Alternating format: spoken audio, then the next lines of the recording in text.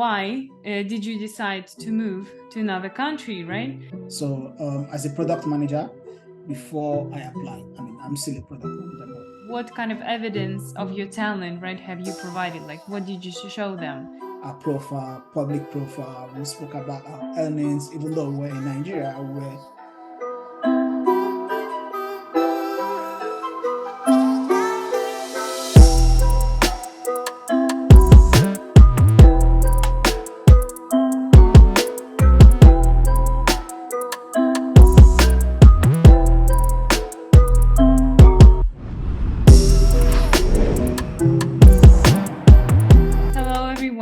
My name is Elizaveta from Relocode. Today we are having Chi Naidu and Chi Inma here. Chi Naidu is a senior product manager from Matillion. So this is a very interesting story that we really want to share with you. And I will ask you a couple of questions, right, about your experience of getting global talent visa. And I want to start with actually why did you decide to move to another country, right? And why did you choose to apply for a global talent visa firstly? I think the most important thing for us was opportunities. Yeah.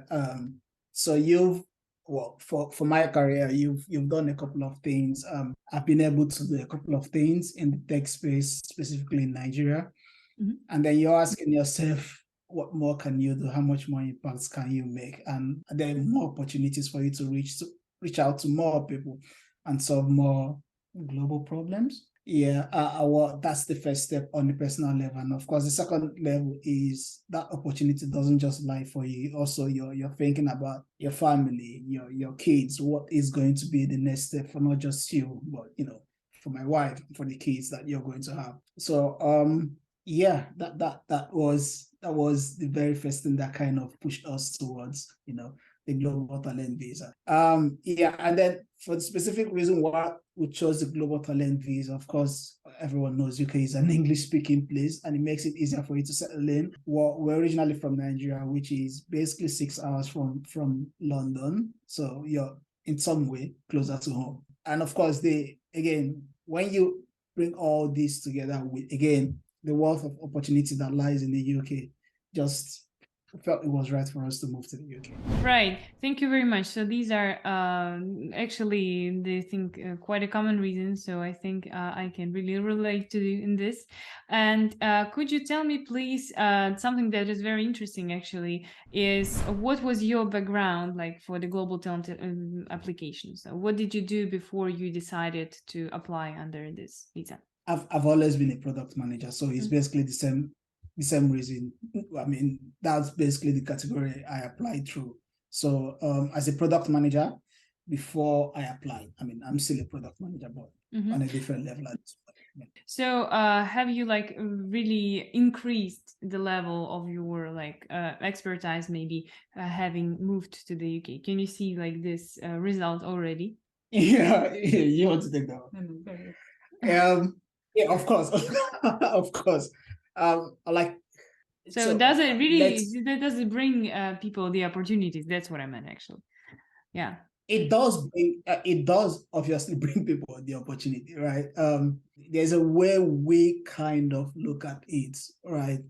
So let's pick jobs, for instance, right? Job as one of the opportunities. So when you're in a country like maybe Nigeria, Africa, you're for the most part limited to jobs around that vicinity. Yeah. So when you go to places like the UK, the US, Canada, for instance, of course, your horizon expands, basically, like the opportunities kind of expand. So you're not just looking for jobs within Africa, you're looking for jobs in the UK, you're looking for jobs in the US, in Canada, right?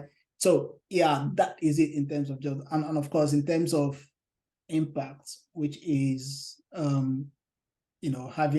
you've been doing something for, maybe you've been building a product for 5 million people, right? Now you're looking at building a product for maybe 1 billion people. That's basically the idea behind. So you think of it in the job aspect, you think of it, the impact that you get to make, and then of course, bringing it home to the family, right? You think of it as, the extra coins that comes into the family, the more opportunities that the family gets to meet people that would normally meet, right? So yeah. It's been worth it. It's been worth it. Yeah, it's worth it. Worth it. Thank Except you for the very much. cost. Okay. Yeah. Could you like share like some more detail of maybe what kind of evidence of your talent, right, have you provided? Like what did you show them? Maybe like something like this when you made your global talent application. So, I mean, obviously, when you're going for the application, you just know it's specific. I mean, as much as you're looking through a certain category, right? So I'm going to speak, based off of experience, based off as a product manager. No, there's so many other things you can do. The official documentation specifically tells you the kind of things that you bring into play, right? And we fed off of that. So in terms of mandatory criteria, we're a bit more focused on, proving that you're a leading talent, basically. So we spoke about our profile, public profile. We spoke about our earnings, even though we're in Nigeria, we're in some way earning very high, some good sum of money, right? Then I spoke about the products I've built and not just about the product I've built, the impact I had on building those products. That was for MC1. Then for optional, I chose 2 optional criteria. Of course, I chose 1 and 3. There are 4 of them. You can pick 2 out of those 3, right? So 1 was about innovation. So I spoke specifically on how innovative the product I worked on was. And of course, my contribution to making that innovative product come to the market. So I took 2 innovative products. That's what I spoke about. And then the third document I shared, which is the third evidence, was about what was it again? A reference letter from a former colleague in one of those organizations. So, and then the third one, which is OC3, talking about the impact that you've made. Basically, it's about numbers. So you're talking about the number of people you've reached, the revenue you've helped the organization generate. So that's really what we spoke about. So for the most part, there's a formula, or I don't know whether it's a formula information. So basically, I use 4 evidences for the mandatory criteria. I use 3 evidences for the optional criteria 1 and 3 respectively. So in all together, that makes it 10 evidences. Many people actually ask us, especially someone who prepares their like application themselves. This is something that really interests them. So thank you for this detailed story. And now I want to ask you, what city like do you live in right now, and why? Yeah, we stay in Birmingham. Wow, so, that's great. Why did you like choose this particular city? Did you? So a specific reason. So a couple of things we did consider, right? One of them is that we didn't want to stay so far away from London. We just kind of knew we were not going to stay in London for the most part, right? 2 is we also wanted a city that, if it's not London, but it's as big as London, where as you're coming into a new country, basically it'll be easier for you to find new things. 3, we needed somewhere that is a bit more diversified. Again, you're coming into a new country, you're not originally from the country, so you need to figure out a way to find yourself around that country. So those are the 3 key things, of course. Like I said, London, a bit more expensive. And yeah, the 4th one, which kind of what we've always talked about, which aids somewhat in our personal statement. We wanted to also, at some point in our life, maybe build a product that is specifically for these kind of people in Birmingham, because from our research, we find out that they had the youngest set of residents in the UK, sorry, even in Europe, right? So yeah, those are some of the things that we considered. I hope I kind of made sense, right? The first one, just a quick recap. We needed a city that is not London, not like expensive as London, but is close to London, but as big enough as London, where you find everything, that is diversified, and again, that had the young youths in them. So it wasn't, it was a real well thought out process. It wasn't just, you found ourselves in Birmingham. We thought about it before we even landed to the UK. So what career opportunities like do you find in London? Like how did your career change? What was your job in Nigeria, where you're from, and what is your job right now in the UK? So there's really not been a career change. It's basically still the same job that I've been doing in Nigeria that I'm still doing here. And of course, like I said, the same thing is, you want to make more impact, you want to reach more people, right? So for the company in Nigeria, it's a smaller set of, so it's not small, but it's just smaller than the set of users that I'm dealing with here. Basically, that's just it.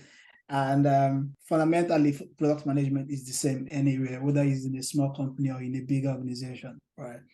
Of course, a couple of differences are that the organization I found myself, I was in Nigeria, is smaller than the organization I found myself now, but fundamentally still the same approach to product management. With research, find the problem, you solve the problem for users, you take it to the market. That's basically the same thing. Maybe can you tell me about something that really surprised you when you moved to the UK, right? Because it was like different country. So what was something that really surprised you there? Something that you didn't expect maybe, or something like interesting that you can share?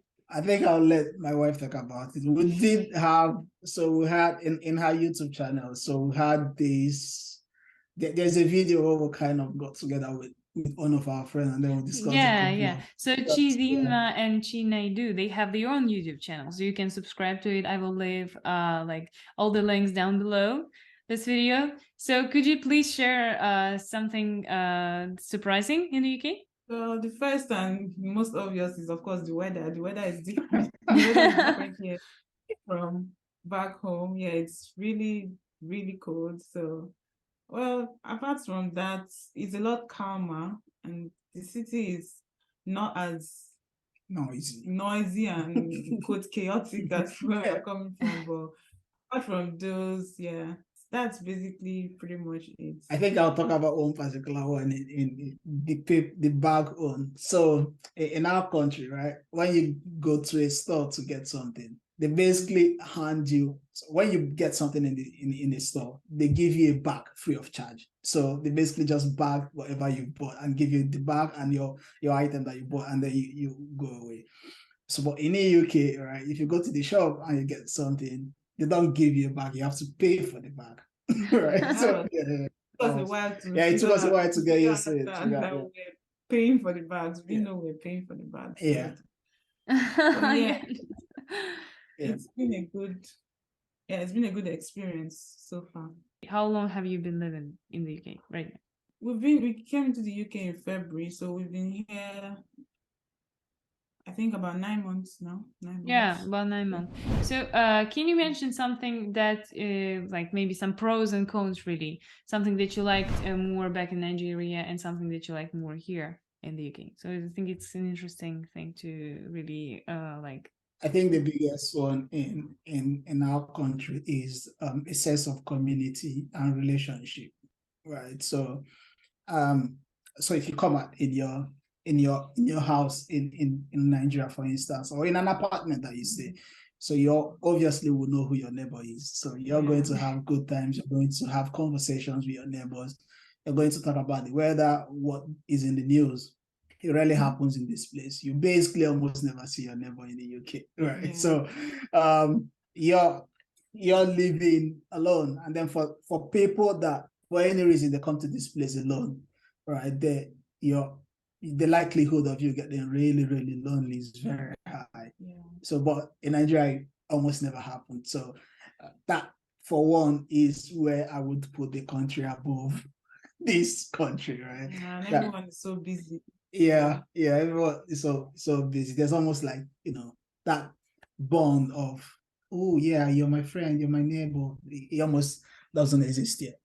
Except there's maybe a common thing that brings you together, maybe work, right? That's where you find yourself in that.